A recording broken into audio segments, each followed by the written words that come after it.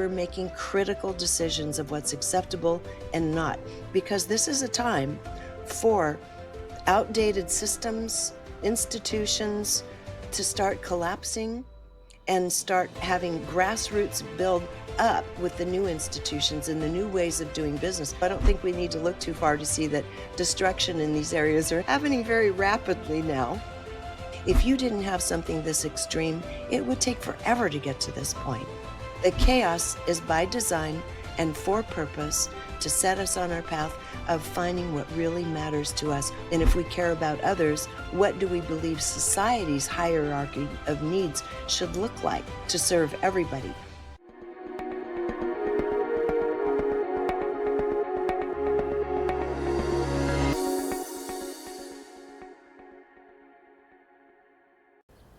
Hey, Guy here. Welcome to my podcast. My beautiful guest this week is Regina Meredith, and I absolutely love this podcast. And Regina she's awesome. She is awesome. I really dug her and really connected with her. She is well known for all her interviews and programs on the Gaia channel. She's been there from the start, and she is a wealth of knowledge and has a very important message to share in this particular time right now as we move through 2025. As you can see, I'm in Bali still. If you've been following my podcast, you know I was in Wales at my mum's house and my child where I grew up, and then I flew to Bali. We've literally just done our 5-night retreat, Mastering Your Inner Mystic, here in Bali, and I've had a couple of days to decompress with the family and before I fly back to Australia tomorrow. So I thought I'd quickly record this intro with Regina. Look, honestly, I have no words to describe what goes on in these shalas, in the spaces that we hold. We had 40 beautiful souls. I think there's 45 of us in total. It's incredible. And as we all lent into wanting to master our inner mystic, to really lean into what's potential, what's getting in our way, and use the spiritual connections that we can conjure and create and clear the blocks that are in our ways to really start to step forward in an empowered way, because all the wisdom is within us. It's just beautiful. And I hope if you follow my podcast on a regular basis, that I meet you somewhere someday in person at one of our retreats. We had people fly in from we had a beautiful couple flying from Philadelphia in the States. We had somebody fly in from Wales. They had no idea I was Welsh. How cool is that? I think Hungary, Croatia, New Zealand, Australia, England, Scotland, Ireland. It was amazing. It was such a multicultural mix of people, and we're all bringing something different to the table. Anyway, I'm rambling now. Much love from me. Enjoy this podcast with Regina. If you're watching this on YouTube, be sure to let me know where you are in the world. Let me know what you think of this conversation as well. And yeah, if it resonates, share the episode with a loved one or friend. And yeah, there's links below for if you need support with free meditations, with our events, our works, our one-day events. Geez, we're going to be in New Zealand. We're going to be up and down the coast of Australia, depending on where you're watching this. And of course, Croatia. Oh my gosh, in November. It's all happening. Wow. I love you. Much love from me. I'm feeling fantastic. What a life. All right. See you soon. Enjoy the show with Regina. Regina, welcome to the podcast. Well, thank you so much. It's good to be with you, Guy. We had a nice little off-camera chat beforehand, too, so I know more about you. I know, it's phenomenal, isn't it, how it works? And, it's interesting as well, because, I subscribe to Gaia and I've been watching your shows on and off for years. And it really does, you really feel like you start to get to know someone, even though you're meeting them for the first time. Yeah. Right? It's so true. How many, just off the cuff, how many people would you say you've spoken to, interviewed through this time? I really don't know. Well over 1,000. I just don't know. It's incredible. I haven't counted them up because Scott Meredith and I had Conscious Media Network, which started in 2004. That was kind of crazy times because I don't know if YouTube was even up. They may have just come up. No, he had a background in technology and streaming at its infancy. And so when we met, I said, well, metaphysics is my thing. I've done tons of research and have my own soul group that I talk to a lot. And so, I know how to do this part. And he said, I know how to do the streaming, which was, I look back on it, it was insane. It was so much more difficult then. But we decided to come together and use my house as an ATM machine, taking seconds out on it, whatever, to get things rolling to start Conscious Media Network. And I remember my very first interviews in 2004 were with Greg Braden, Alex Gray, the artist, and a couple of other people from that particular conference. And we sat and waited. If you can imagine this now, where you have just hundreds of people now doing kind of what we're doing. Back then, we waited. We had no media, no marketing. And one day he said, someone found us. It was like a little teeny dot of light in the universe. A human being came across what we at the time called Broadband Learning Channel. Wow. It was changed to Conscious Media Network pretty shortly after that, but one person showed up, and we were thrilled that a person found our content. And because that was, from what I understand, and correct me if I'm wrong, but at the time there were no other people doing spiritual video streaming at all. I mean, it was just too new a technology, and like I said, there was really nothing to YouTube at the time. So that's how we started back then, now 21 years ago. That's so inspiring. That's amazing. Like, when you were doing that at the time, did you know it was going? Did you have a vision, or were you like, let's just do this? Were you nervous? Because you'd been working in mainstream media, I believe, as well, right? And then you stepped I into had this been. metaphysical Yeah, aspect. I had been, and I was with PBS, which is a large network in the United States, and I'd been with other networks. And but this, no, it was like with you, Guy. This was something that I knew I had to do. There wasn't any question. We didn't know what we were doing. We didn't know if 2 or 3 or 5 people would show up. We didn't know anything. We just knew that we had to do it. So I put it all on red, and he threw in and used all of his skill and technology. He was amazing, hardworking. And between us, people just started showing up. We didn't have any money for any kind of marketing. There was no social media. So we had to be found by word of mouth. And by the time we sold our company to Gaia, it was measured in unique visitors. We had over 600,000 unique visitors per month on our site, which Wow. was pretty good for no social media or anything else. But now it's a completely different world. But I'm so glad we did it. I mean, there were times that were a little discouraging, because we finally at one point several years in and thought, let's just charge $5 to get the stuff first, and so many people just did not want to pay $5. And meanwhile, I'm running through all my money. I mean, because we were living, this is all we did. We went to the interviewees. It was all live. There was Incredible. none of this, there was no Zoom. There was no platform to do this. So yeah, it was really the Wild West frontier of spiritual video streaming, period. And then after us, Carrie Cassidy and her partner came up with Project Avalon a year or so later, and other people started jumping in and swimming the waters too. And now, where are we? How many of us are doing this? It's unbelievable, isn't it? And the access to technology, and how we can just step into this world if we choose to. Like, anyone could start a podcast tomorrow pretty much and start broadcasting. Anyone on their cell Yeah. phone, and then post and have your social media done in minutes. Wow. Amazing. Crazy. So a question for you then is, and what I'm curious to learn is your own spiritual inquiry, because I've watched many of your conversations over the years, and you've been an inspiration to me. I've been podcasting since 2013, and I love the way you hold space and the way you just bring the best out of people. And honestly, just want to share to people how you made me feel the moment you logged on today, and it's very comforting. And Thank you. yeah, those things like are really important to me. And so watching you with that spiritual inquiry, it's like, wow, who's the person behind that? How did you get to that? Because you've covered so many topics and so many different conversations that could be deemed as Yeah. out there by mainstream, but with yourself, you seem Right. to like to go down these rabbit holes and have this inquiry and explore them. Yeah. Well, I'm naturally curious. I had been involved in metaphysics for a good 20 years prior.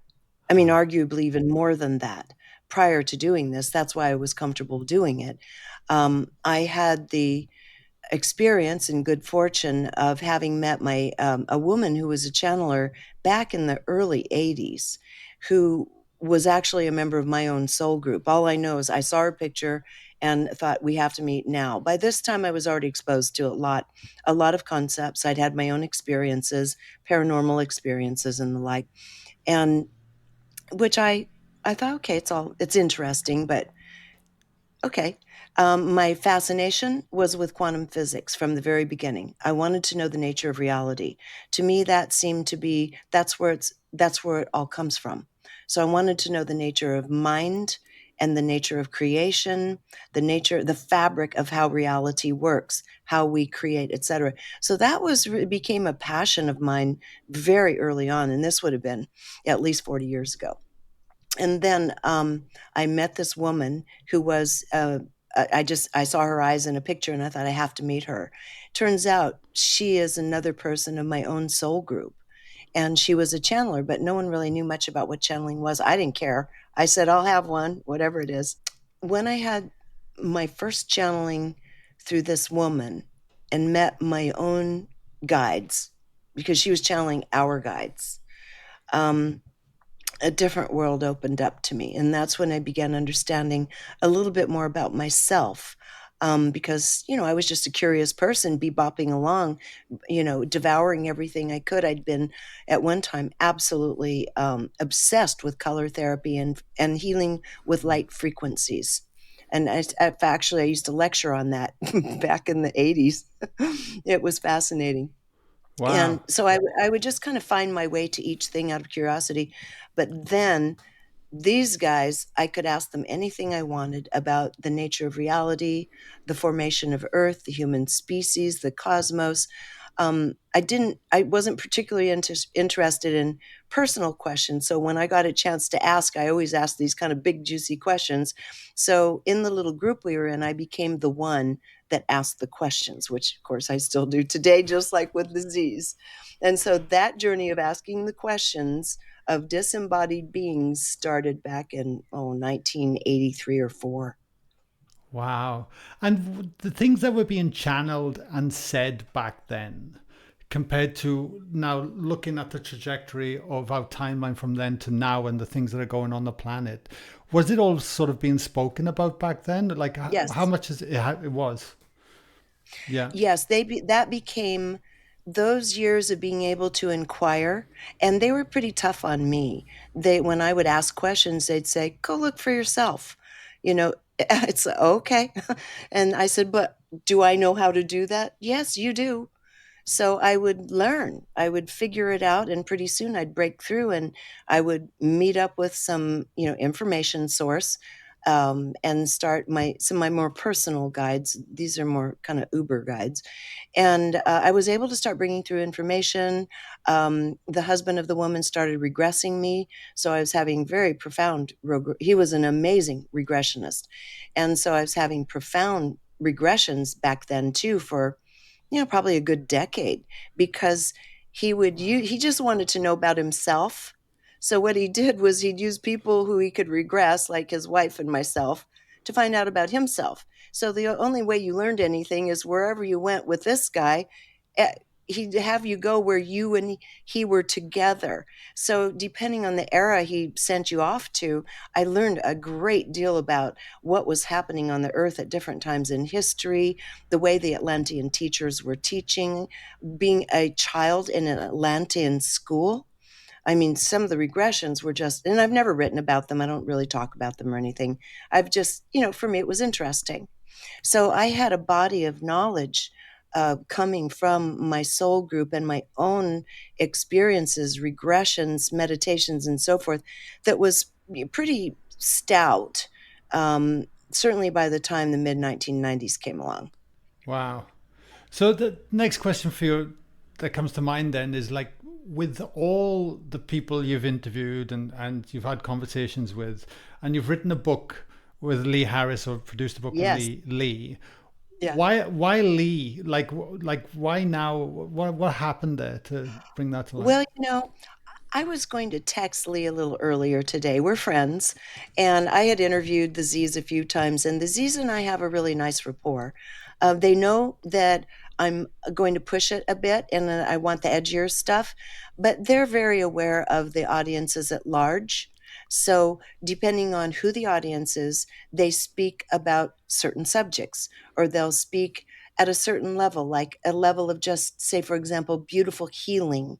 If the audience is very sensitive and traumatized, they're going to speak at the level of language and transmissions that are very healing. And with me, I want to know everything. Give me the dirt. Give me the stuff that's going on behind the scenes. So they wouldn't tell me, just like my guides wouldn't tell me either, some of it. They just wouldn't. I don't think they wanted it in my consciousness, and maybe they felt the world at large wasn't ready really for that. So this book is a little different because Lee and I were just, as friends, we were just talking, and we realized we were going to be in England at the same time. And he had talked to me before about doing a project with him of some kind, but I said, sure. Yeah, I'm open. I'm easy. We work well together. And so one day he said, we're both going to be in England. Let's record a book. And I said, great. That sounds fun. We'll meet in Windsor at a studio. And so then he asked me what I felt from my background as the question asker, what was really useful right now and what I would like to do. And I said, I think what's useful right now is the future human. The reason being, people are starting to be, they're led to believe that we human beings, our pure existence is the problem, right? That we're warlike, we're ignorant, we're everything unsavory within the universe, and that's not true, and I already knew that. So I thought, no, and I know from my own soul group, who has called everything really nicely through the years, where we're headed. So I thought, why don't we talk to the Z's about the future of the human species so that we can see that we are a beautiful species. We are not the most warring species in the universe. And yes, we have a future, and the future is better than where we are right now. Wouldn't that be nice if we could just have that come through in transmission from the Z's? So we met in Windsor, and the rest is history. We recorded it over the course of 3 days. Anyone listening to the audiobook, that's the original recording. Wow. And so you can get the additional subtle information from the Z's voice or my voice and such in that, which is kind of interesting. But it's also in written form, which I'm a reader, so I read it. I read it over and over, actually, because I keep thinking, oh my God, I forgot about that part. It's very, very rich. Very rich book. So the Z's did a wonderful job. It was no holds barred. I could ask whatever I wanted. So I tried to stay within the parameters of what I thought society could handle right now. Right. And how would you describe the Z's, or how does Lee describe the Z's? Who are they? Oh, they're a group of other dimensional beings that, tapped him. He wanted to be a musician. His whole thing was he wanted to be a musician, and he was a budding little genius businessman. This was discovered by his brother-in-law, that he just had a knack.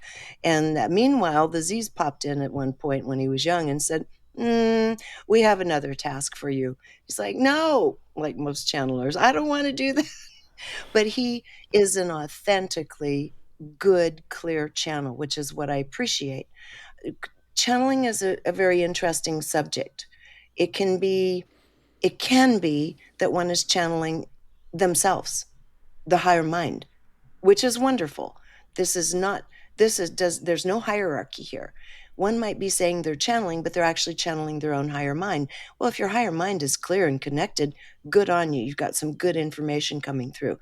But it can often be confused with other entities or other beings.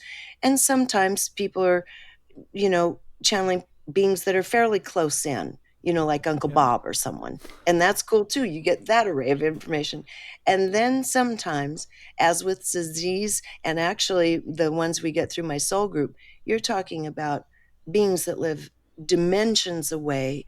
And in the case of my beings, only one has ever incarnated. And the Z's, it's very few have incarnated. But they have. A few of them have. So they know what it feels like here on Earth and what we're up against. So I love the combination of their willingness now to just step up, give it to us straight, but still loving, and also know through experience, some of them know through experience, what Earth feels like and why it's so challenging, which is, I really think, where their love and support comes from, because we are an amazing species and we just don't remember that. And they're trying to help us. They know why we don't remember.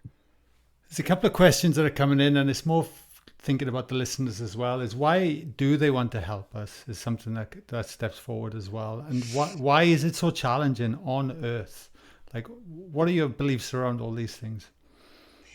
Well, if you look at it from a hermetic sense, the Earth and third dimensional life lies in the middle of realms, six above, six below, Earth in the middle. So now that's from a hermetic lens, and I studied hermetics for many years, aside from this other stuff, which was excellent. Now, when you look at it from the point of view of the Z's, they would say a very similar thing. In fact, they did. It's in the book. When people say, "Oh, we're so violent, we're such a terrible species," beating ourselves up, were very quick to say, "Oh no, you're not. You're not at all. There are places way more violent than Earth." And you just actually, on a mentality that you're growing out of, by the way, war is going to become obsolete here, by the way, that as you're moving through this mentality of why war really doesn't work for you anymore, this is the big evolutionary leap. But the concept of the mental attitude and energy of war is pretty much, we're in the middle. They said we're in the middle. Just like the hermetics would say, you're in the middle. So we're not a terrible species. But why they're interested in us is because every soul group explains it a different way, and we'll stick with the way the Z's explain it. If you want to have another conversation another time, we can discuss how my soul group explains it. It's an overlay that kind of precedes that. But they say that this was intended as an experiment to be able to bring about a level of consciousness that's embodied on this incredibly productive, creative planet that can then be seeded on other planets. Many species throughout the universe are watching us. And I would say it goes back to this whole notion of the experiment part, which it takes too long to explain and we can talk about another time. But for me, it's very important because it's a critical piece. We're a hybrid species, and I don't mean that in the sense that most people have heard, which is that, yes, there have always been ETs on the planet. They've been here as long as we've been here. There have always been experiments. For the most part, the extraterrestrial civilizations that, passed by here or chose to inculcate their own consciousness here, some for good, some for bad, have been here a long time, but most of them have been for good. So, when we look at the experimentation growing of the human being, which has a physical body, which has its own subconscious and cellular DNA ancestral memory, which is wired towards survival and fear. Fear only becomes because we have a physical body, and the body wants to survive. And so fear is appropriate. And the disease talk about in this book, they talk about fear. They said there's a place for fear. If there's something that's threatening you and there's an acute situation, yes, fear kicks in to help you save yourself, run if you need to, do what you have to do, lift that car up. But they said what's happened is the beings who are not here in a friendly way and have been the controllers for quite a long period of time, that many thousands of years, as they say, they're here to instantiate fear. That's the whole idea. Keep fear going. Keep it going by corrupt forces at the top, names and faces we'll never see. And I say corrupt because they're in league with that layer of extraterrestrial beings. So they're here to control humanity. Their minions are those who then can put out orders in a phone call and start a war. And then the people below them are some of the faces you would see in the news, some of the politicians and wealthier people, on the planet. But those motives are not high motives. Those motives are quite low to keep us in a state where we don't react and actually claim this place for ourselves so they can continue using whatever they use here. And I don't want to spend too much time on it, but I think we all know by now this is going on. Every single set of channeled beings that I have interviewed or talked to, including my own, all say, yes, you have been exploited and you have been controlled for quite a long time, but this is ending. And I think that's why they'll talk about it now, because we're waking up en masse to the extent that it is ending. And they're very clear, the Z's are very clear, which is beautiful. This is in the first chapter of the book. Consciousness itself is in control now. There's no entity, there's no group of entities. I even said, well, what about the planets? They're conscious. Yes, they're going through this themselves, because this wave of consciousness that we're talking about, that we're all experiencing right now, it's coming through the entire cosmos. Nothing is going to stop it. And they said, warring cannot continue in this consciousness. The earth would implode before these things would be continuing. They can't continue in the new consciousness that's moving through. So where's that leave us, right? So Right. Yeah. many are interested in us to see, are they going to wake up? Many are here to help us. For every however many beings that might be trying to control whatever that species is, we don't need to name it, you have thousands of beings, dozens of them surrounding each one of us, that are here ushering us forward. It's okay. You're on the right path. They're always speaking to us, but they're playing by fair rules. The others don't. So that new wave of consciousness that you speak of that is sweeping through right now, and you speak of embodiment as well of that new wave of consciousness, I'm assuming. And it, what is the potential of us humans? Where can we take this, do you feel, in our Oh, lifetime? we can, in our lifetime, it's so beautiful. It's already happening. And okay, one of the wonderful things about chaos, which the Z's say, this period of, their exact words, I wrote them down. This is going to be a very messy dance between people and power over the next decade or so, right? And this was recorded in 2023. And they said it's going to be messy, it's going to be chaos, it won't be pretty. But this is what I've come to see as the beauty in it. We've taken positions, we've all been misled, disinformed and misinformed. We've siloed ourselves, so we're getting reinforcement of our thoughts and views. Doesn't matter what side you're on, it's happening all across the board. So this is very interesting. It's starting to create ruptures in families, relationships. People are getting divorced over politics, right? Didn't used to be that way in my parents' generation. Republican, Democrat, they lived peacefully together. They might even vote for the opposite candidate. No big deal. Now, I don't need to tell you what's happening in the United States, and probably I know many other countries of the world too. So it's dividing people through this siloed information and a split in consciousness, which is actually, it's frustrating and we get angry and hurt, but it's actually giving us something to bounce off of. So we're making critical decisions of what's acceptable and not, because this is a time for um, outdated systems, institutions, to start collapsing and start having grassroots build up with the new institutions and the new ways of doing business. And that's everything from money to education, et cetera, et cetera. So I don't think we need to look too far to see that destruction in these areas are happening very rapidly now. And Yeah. now we can say, whoa, I didn't mean for it to happen like that. No, I'm not down with that, but I am down with this part. And now we can start actually employing some logic to what's acceptable and what's not in building this new society that we are co building now together. If you didn't have something this extreme, it would take forever to get to this point.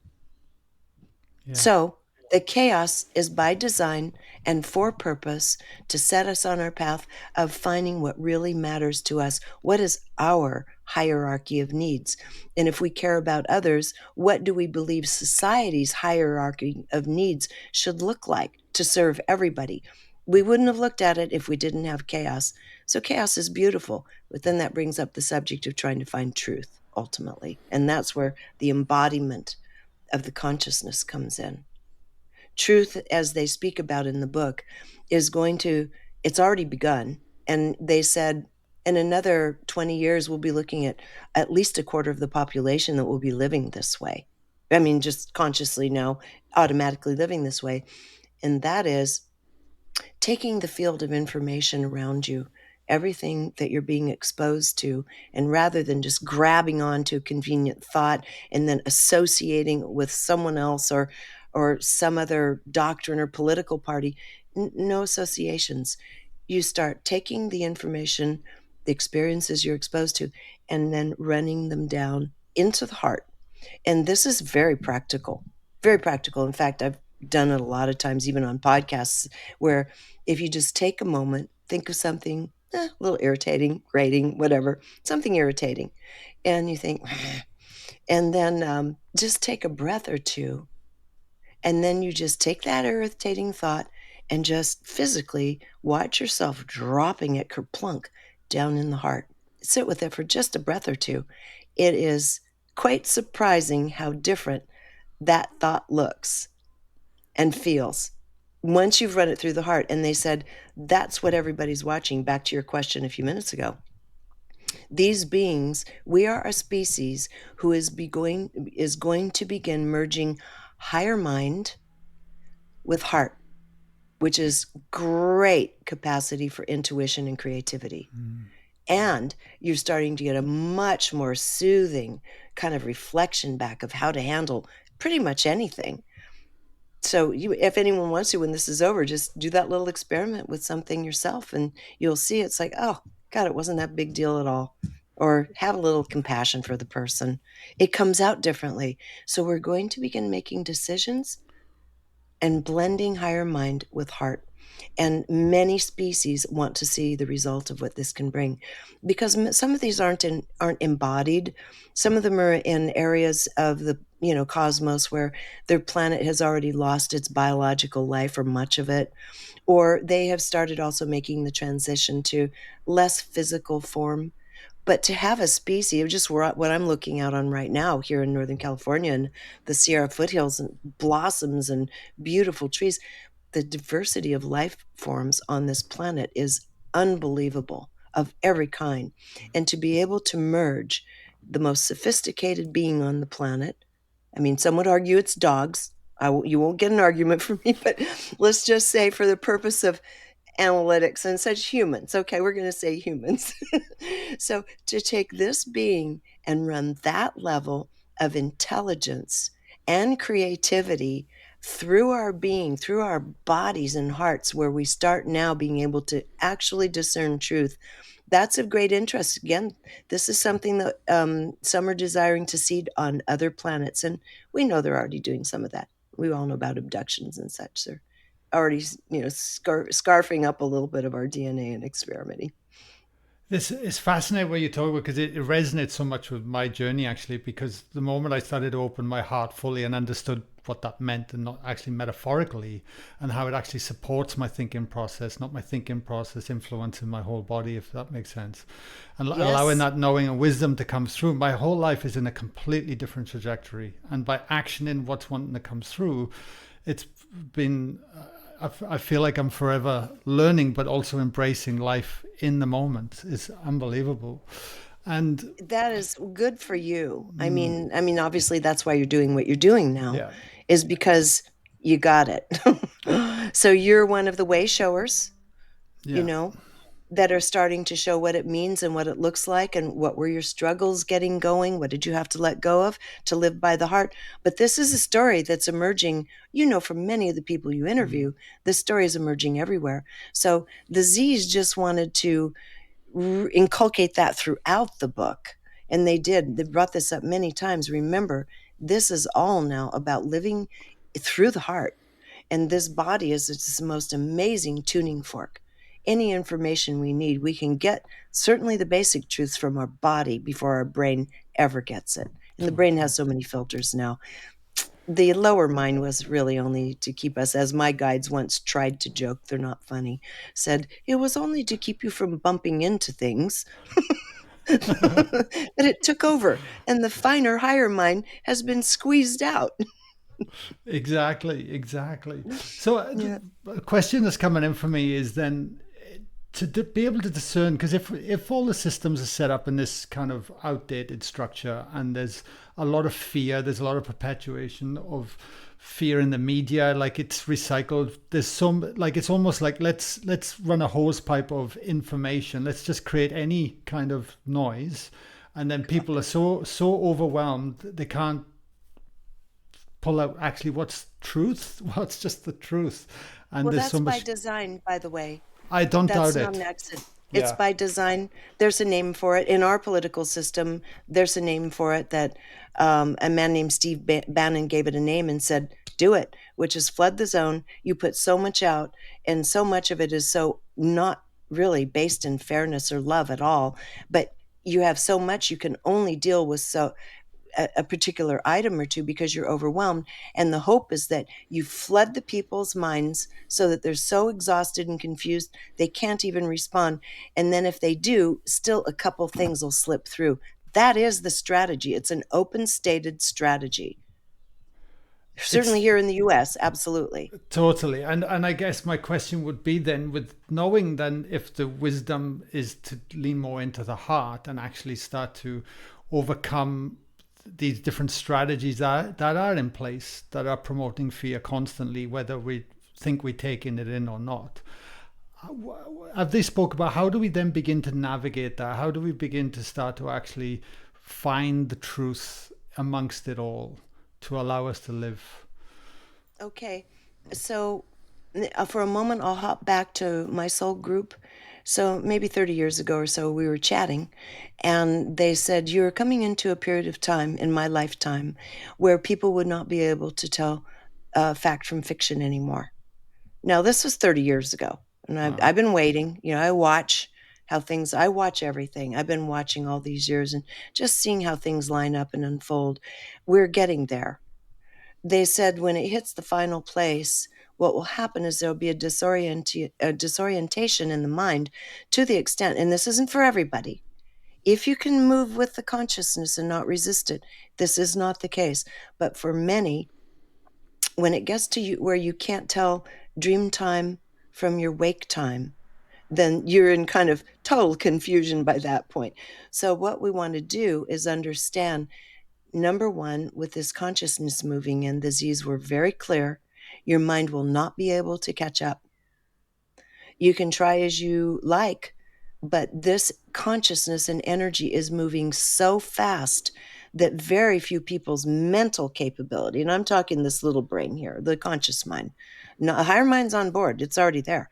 But this little brain that's supposed to keep us from bumping into things brain, that one will not be able to keep up with the impetus of what's going on and how it's moving all around us. It's making something, drop and break behind us. And, we feel like we've lost our bearings.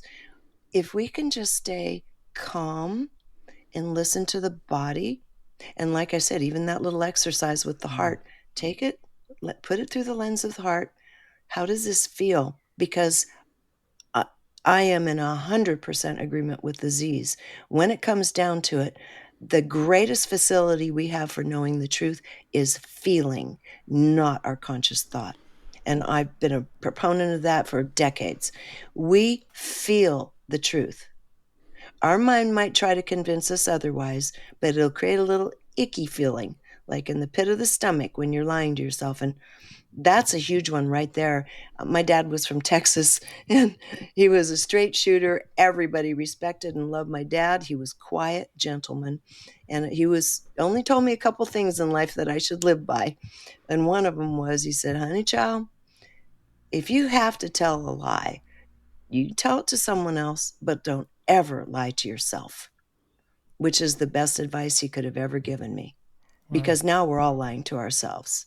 We're putting out our little reels on social media about how, haha, happy and more wonderful our life is than everybody else's, where, people have their faces, all made up. Everything's made to look perfect. So you're perfect and you have a perfect life, so we're putting our own sizzle reels out of ourselves rather than putting our authentic selves out there. And that's true for men and women, just in different ways. So those are subtle forms of lying. And so what's it going to take for us to step back and say, I don't want to be in a social media reality. I don't want to be part of an AI program that I'm just being led around the nose by. I don't want that. I want to be me. That requires what you said earlier, going into the body and feeling your truth and not denying your truth, even if it's an inconvenient truth, because a lot of them are now. A lot of Yeah. them are. It's like in America, people are, I don't even need to tell you, you know how we're freaking out. And it's like everything's coming undone. Just today, what do you mean a 200% tariff on French wines? I mean, every day it's one wacky thing. No, maybe 10 wacky things after another. It's like, what's that mean? So part of you might freak out over it. And the other part, I look at it and say, no one said this transition was not going to be messy. And like I said, the Z said it is going to be messy. So, is there some truth that systems need to be shaken up and shredded? Yes. Is there a truth that it's not all going to come down in one big calamity like everybody's trying to lead everyone to believe with headlines? Yes, it's not going to happen like that. It's not going to be that dramatic in that way. Is it going to be a lot of irritating stuff that could be substantial? Yes. So, yes, we know chaos has come. The consciousness that brings chaos has come for a reason. And do things need to change? And most of our countries are based on thousands of year old systems, Mm. that were in place long before we even peopled the land. So, yeah, things have to change. Now it's a matter of preference. Do you want to use a chainsaw or wrecking ball, or do you want to use a thoughtful scalpel? Right now, that's the language being used in the US. It's kind of wrecking ball chainsaw time when we're thinking, God, could someone give this a little careful consideration? We're willing to change, but let's do it right. So that's the argument now. You can go inside and say both are true. Yes, change has to happen. No, I don't like the way it's happening. That's my truth. And be truthful with yourself and don't try to fit in with someone else. Don't try to be part of a tribe, that's based on politics and lifestyle. That's not good right now. We need to find our own truth. If we have to back off for a little bit, separate ourselves out to feel it, we have to do so. And our body will tell us the truth. Our heart, our stomach, it'll all tell us, our joints will tell us the truth. Yeah, beautiful. Did the Z's speak of timelines and things in, because there's a Mm. definitely a narrative, especially in the spiritual community, about the talk of shifts and rising to 5D consciousness, and the systems are collapsing and things. But again, is it something that we're going to see immediately, or is it something that's going to really gradually just move over time? Is that wrecking ball, or is it the scalpel The going to come wrecking out? ball's just getting the show rolling. Right. And there'll be more. But this is cool. What they said is it is not going to be as dramatic as you think. And furthermore, this may be disturbing to some people to hear this. And they said this in the book. It is not going to be as difficult on some people as it is on others. That's just a fact.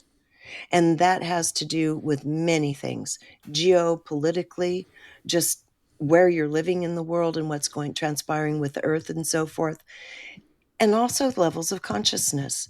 If you're alert and aware that it's going to seem unfamiliar, your mind is going to try to grab at explanations it can't find. That's okay. Just know that this is how it's going to be.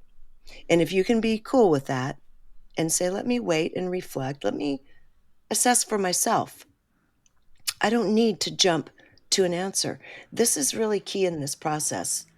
Um, you have to be comfortable with not knowing, and to be comfortable saying, okay, I don't have all the pieces. I can't put this together. I don't know the answer to this right now.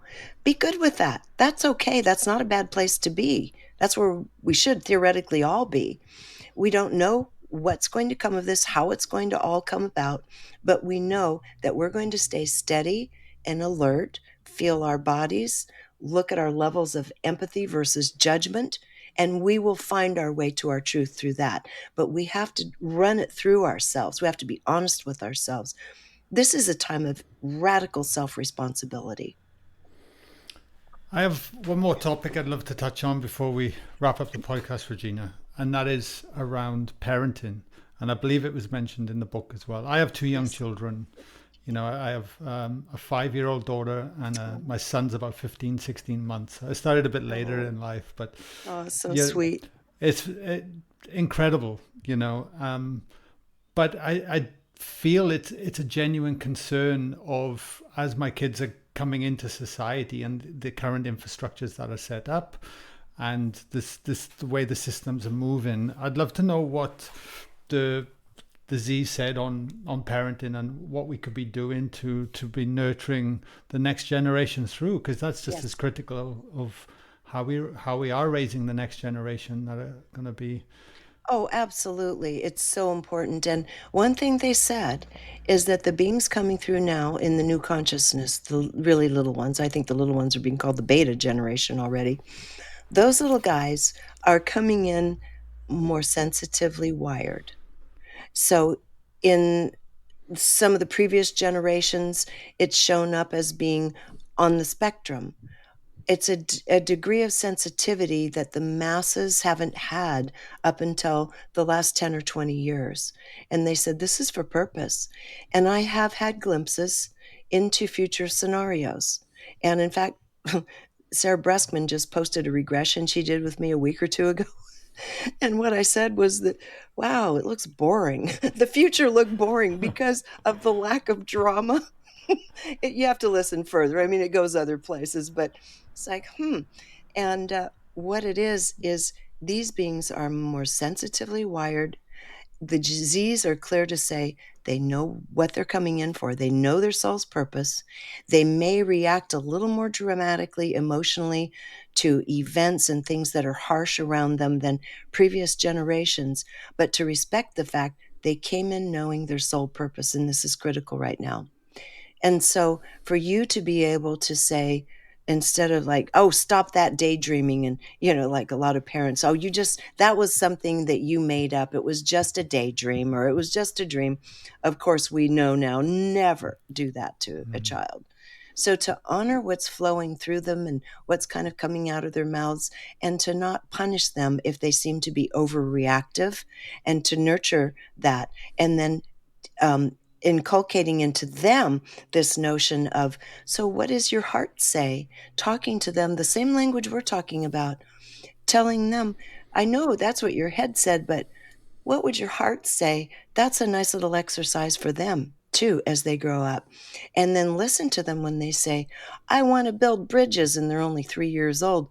All right, they're going to be a civil engineer, okay? So support the things they love.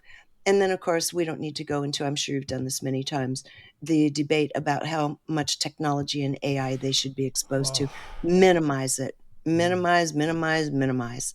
Don't let them get their little hands on those devices before they have the ability to discern how to use it wisely, which is not when they're that young. Well, You got to be a little older for that.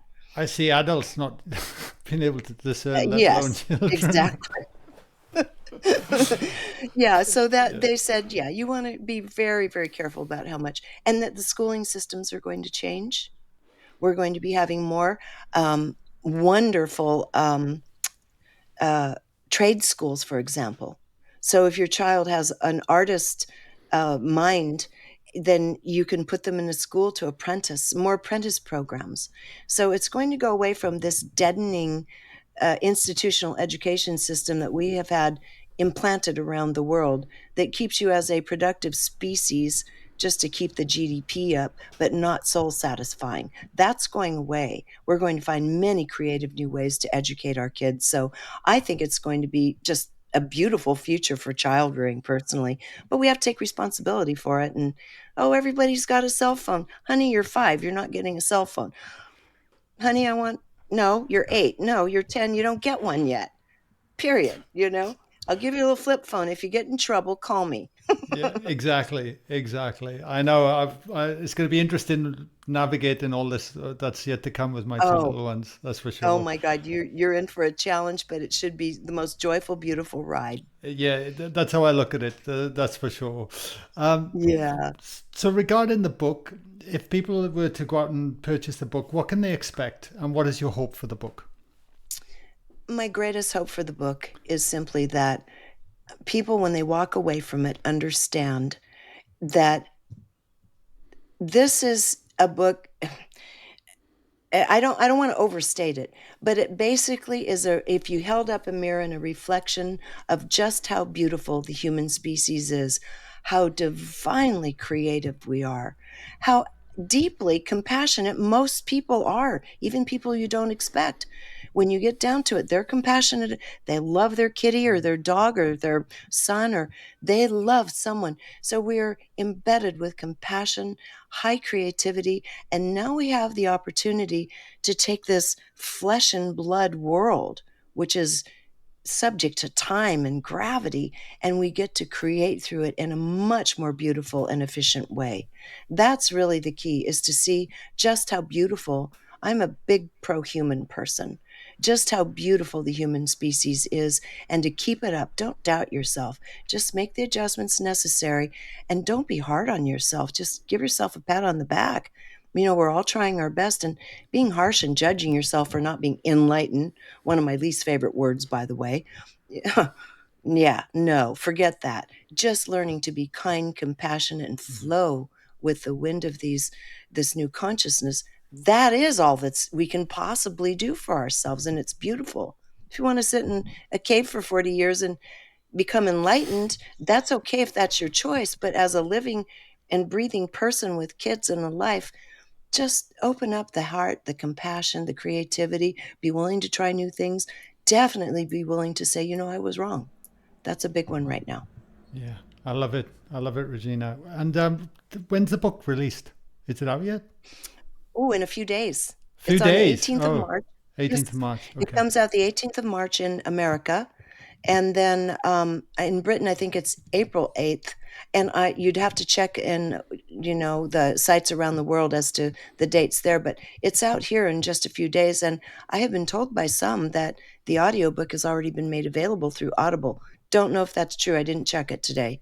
But some people said, no, no, I've been listening to it. How'd you get it? By the time this goes live, it'll be available. That's fantastic. And Yes, wonderful. where can people find out if they want to find out more about your work as well, Regina? Where's the best place Oh, to send well, them?